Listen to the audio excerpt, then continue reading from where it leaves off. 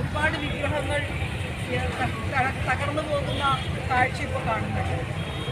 Justice Hema committee report, justice Hema committee എന്ന് പറയുന്ന ഒരു സംഘത്തെ, ഒരു കമ്മിറ്റിയെ നിയോഗിച്ചത് കഴിഞ്ഞ ഇടതുപക്ഷ സർക്കാരാണ്. പിണറായി വിജയൻ്റെ നേതൃത്വത്തിലുള്ള ഒന്നാം ഇടതുപക്ഷ സർക്കാർ 2016 മുതൽ 2021 വരെ അധികാരത്തിലിരുന്ന സർക്കാരാണ്. ജസ്റ്റിസ് ഹേമയുടെ നേതൃത്വത്തിൽ വേറെ രണ്ട് നമ്മുടെ പ്രശസ്തമതിയായ ശാരദയും അതുപോലെ തന്നെ മുൻ IAS ഉദ്യോഗസ്ഥ വനിതാ കമ്മീഷന്റെ ഡയറക്ടർ കൂടിയായിരുന്ന വത്സലകുമാരി IAS എന്നിവർ ചേർന്നുകൊണ്ടുള്ള കമ്മിറ്റി രൂപീകരിച്ചത് കഴിഞ്ഞ സർക്കാരാണ്, പിണറായി സർക്കാരാണ്. അത് നമുക്കറിയാം. അതിനുള്ളൊരു സാഹചര്യം എന്ന് പറയുന്നത് നമുക്കെല്ലാം പ്രിയങ്കരിയായ ഒരു പ്രശസ്ത നടി അവർ വളരെ ക്രൂരമായിട്ട് അവർ ജോലി കഴിഞ്ഞ് തിരിച്ചു പോകുന്ന വഴി കാറിൽ വെച്ച് ആക്രമിക്കപ്പെടുന്ന ഒരു സാഹചര്യം ഉണ്ടായി. അതിനെക്കുറിച്ചിട്ടുള്ള അവർ അനുഭവിച്ച പ്രയാസം എന്ന് പറയുന്നത് വലിയ തോതിൽ ഒരു സ്ത്രീയും ഒരിക്കലും ഓർക്കാൻ പോലും ആഗ്രഹിക്കാത്ത തരത്തിലുള്ള അതിക്രമമാണ് അവർക്ക് ജോലി കഴിഞ്ഞ് തിരിച്ചു പോകുന്ന സമയത്ത് കാറിൽ നിന്ന് അനുഭവിക്കേണ്ടി വന്നത്.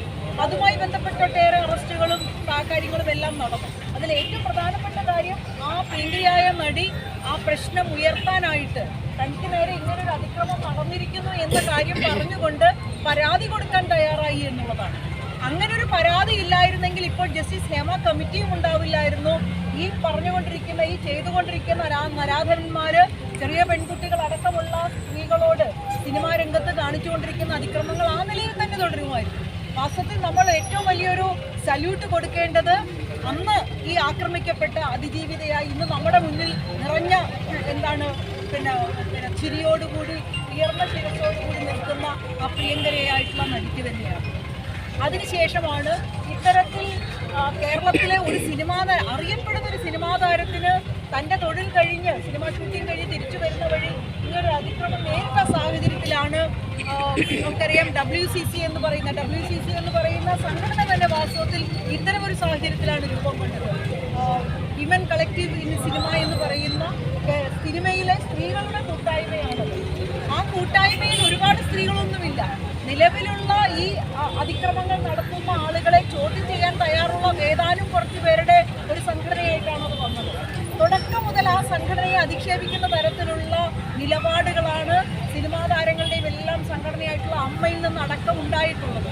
എന്തായാലും WCC വന്നു കഴിഞ്ഞപ്പോൾ, പ്രവർത്തിക്കാൻ തുടങ്ങിക്കഴിഞ്ഞപ്പോൾ വലിയ തരത്തിലുള്ള ചർച്ച വരികയും സിനിമാ രംഗത്ത് മറ്റേത് തൊഴിലിടങ്ങളിൽ ഉള്ളതിനേക്കാൾ ഒരുപക്ഷെ അതിൽ കൂടുതൽ അതിക്രമങ്ങൾ സ്ത്രീകൾ നേരിടുന്നുണ്ട് എന്ന ഒരു കാഴ്ചപ്പാടിലാണ് ജസ്റ്റിസ് ഹേമയെ ഇതിനൊരു കമ്മിറ്റിയുടെ ചെയർമാനായിട്ട് തീരുമാനിക്കുകയും അവരുടെ നേതൃത്വത്തിൽ ഇത്തരത്തിലുള്ള ഒരു അന്വേഷണം നടത്തുകയും ചെയ്തു. തുടക്കത്തിൽ ജസ്റ്റിസ് ഹേമ തന്നെ പറഞ്ഞത് ഒരാൾ പോലും മൊഴി കൊടുക്കാൻ തയ്യാറായി വന്നില്ല എന്നുള്ളതാണ്. നമുക്കറിയാം, മഹിളാ അസോസിയേഷനിൽ ഒരു ആൾക്ക് അല്ലെങ്കിൽ നമ്മളുമായി ബന്ധപ്പെട്ട ഒരു സ്ത്രീക്ക് ഒരു പ്രശ്നമുണ്ടായാൽ നമ്മൾ അപ്പോൾ തന്നെ പോലീസ് സ്റ്റേഷനിലേക്ക് പോകുന്നു, വനിതാ കമ്മീഷനിലേക്ക് പോകുന്നു, അല്ലെങ്കിൽ നമ്മൾ പരസ്യമായി പ്രതിഷേധിക്കുന്നു. പക്ഷേ സിനിമാ രംഗം എന്ന് പറയുന്നത് വളരെ ക്ലോസ്ഡ് ആയിട്ടുള്ള വളരെ അടഞ്ഞ ഒരു ലോകമാണ്. അതിനകത്ത് ഒരാൾ പരാതിപ്പെട്ട് കഴിഞ്ഞാൽ പിന്നെ അവർക്കൊരു അവസരം കിട്ടുമോ എന്നുള്ള, തങ്ങളുടെ തൊഴിൽ പോലും നഷ്ടപ്പെടുമെന്നുള്ള നല്ല ഭയമുണ്ട്. അതുകൊണ്ട് തന്നെ ഏറ്റവും ലബ്ധപ്രതിഷ്ഠരായിട്ടുള്ള സൂപ്പർ താരങ്ങളെക്കെതിരായിട്ട് എങ്ങനെ ഒരു പരാതി കൊടുക്കുമെന്നുള്ള ഭീഷണി കൊണ്ട് തന്നെ, ഭയം കൊണ്ട് തന്നെ ഒരു സ്ത്രീയും മൊഴി കൊടുക്കാൻ തയ്യാറായി വന്നില്ല. വളരെ അപൂർവം ആളുകളാണ്. അവർ മൊഴി കൊടുക്കാനായിട്ട് ആളുകളെ ക്ഷണിച്ചു, പക്ഷെ ആരും വന്നില്ല. അതിനുശേഷമാണ് വാസ്തവത്തിൽ സിനിമാ രംഗത്ത് സ്ത്രീകൾ, അത് നമ്മൾ കാണുന്ന തിരശ്ശീൽ കാണുന്ന ആളുകൾ മാത്രമല്ല, അണിയറ പ്രവർത്തകരായ സ്ത്രീകൾ അടക്കം, മേക്കപ്പ് ആർട്ടിസ്റ്റുകൾ, ഹെയർ സ്റ്റൈലിസ്റ്റുകൾ അടക്കമുള്ള ആളുകൾ പരാതിയുമായിട്ട് വരുന്നത് വാസ്തവത്തിൽ ആദ്യത്തെ ഒരു ഘട്ടം കഴിഞ്ഞതിന് ശേഷമാണ്. Justice committee, Hema committee report സമർപ്പിക്കുന്നത് 2019-ലാണ്. ഇന്ന് നമുക്കെതിരായിട്ട് കേരളത്തിലെ UDFകാരും അതുപോലെ BJP അടക്കം പറയുന്ന ആക്ഷേപം എന്താണ്? എന്തുകൊണ്ട് സർക്കാർ 2019 മുതൽ ഈ ഘട്ടം വരെ ഹേമ കമ്മിറ്റി റിപ്പോർട്ട് പുറത്തുവിട്ടില്ല എന്നുള്ളതാണ്. വാസ്തവത്തിൽ ഹേമ കമ്മിറ്റി ഒരു ജുഡീഷ്യൽ കമ്മിറ്റി അല്ല. ഒരു ജുഡീഷ്യൽ കമ്മിറ്റി ആണെങ്കിൽ ആ കമ്മിറ്റിക്ക് അതിൻ്റെ മുന്നിൽ വന്ന മൊഴികളുടെ അടിസ്ഥാനത്തിൽ കേസെടുക്കാം, ജുഡീഷ്യൽ പവർ ഉണ്ടാകും. പക്ഷേ ഈ കമ്മിറ്റി എന്ന് പറയുന്നത് ഒരു അന്വേഷണ കമ്മിറ്റി മാത്രമാണ്. എന്ന് മാത്രമല്ല, ഹേമ കമ്മിറ്റി റിപ്പോർട്ടുമായി ബന്ധപ്പെട്ട് ഇതിൻ്റെ ചെയർമാനായിരുന്ന ജസ്റ്റിസ് ഹേമ തന്നെ സർക്കാരിനോട് പറഞ്ഞത് ദയവ് ചെയ്ത് ഈ റിപ്പോർട്ട് ഇങ്ങനെ പുറത്തുവിടരുത് എന്നാണ്. കാരണം മൊഴി കൊടുക്കുമ്പോൾ ഈ അതിജീവിതകളായിട്ടുള്ള ആളുകൾ മൊഴി കൊടുത്തു കഴിഞ്ഞാൽ തീർച്ചയായിട്ടും ആ മൊഴിക്കൊരു സ്വകാര്യതയുണ്ട് ഇല്ലേ? ഞാൻ പണിയെടുത്ത സമയത്ത് സിനിമയിൽ അഭിനയിച്ചപ്പോൾ എന്നെ ഒരാൾ വളരെ മോശമായിട്ട് എന്നോട് പെരുമാറി എന്ന് പറയുന്നത് അയാൾ പ്രസിദ്ധനായിട്ടുള്ള ഒരാളായിരിക്കും, പ്രശസ്തനായ ഒരാളായിരിക്കും. എൻ്റെ ജീവന് തന്നെ ഭീഷണി ഉണ്ടാകും. അതുകൊണ്ട് തന്നെ എന്തുകൊണ്ടാണോ സ്ത്രീകൾ മൊഴികൊടുക്കാൻ മടിച്ചത്, അതേ കാരണം കൊണ്ട് തന്നെ ജസ്റ്റിസ് ഹേമ പറഞ്ഞു, ദയവ് ചെയ്ത് ഈ റിപ്പോർട്ട് പരസ്യപ്പെടുത്തരുത്. പിന്നെ എന്താണ് സർക്കാരിന് ചെയ്യാൻ കഴിയുന്നത്? സർക്കാരിന് ചെയ്യാൻ കഴിയുന്നത് ഈ മൊഴികളുടെയും അടിസ്ഥാനത്തിൽ സംസ്ഥാനത്തെ സിനിമാ രംഗത്തുള്ള ഈ പ്രശ്നം പരിഹരിക്കാനായിട്ടുള്ള ഇടപെടൽ നടത്താം.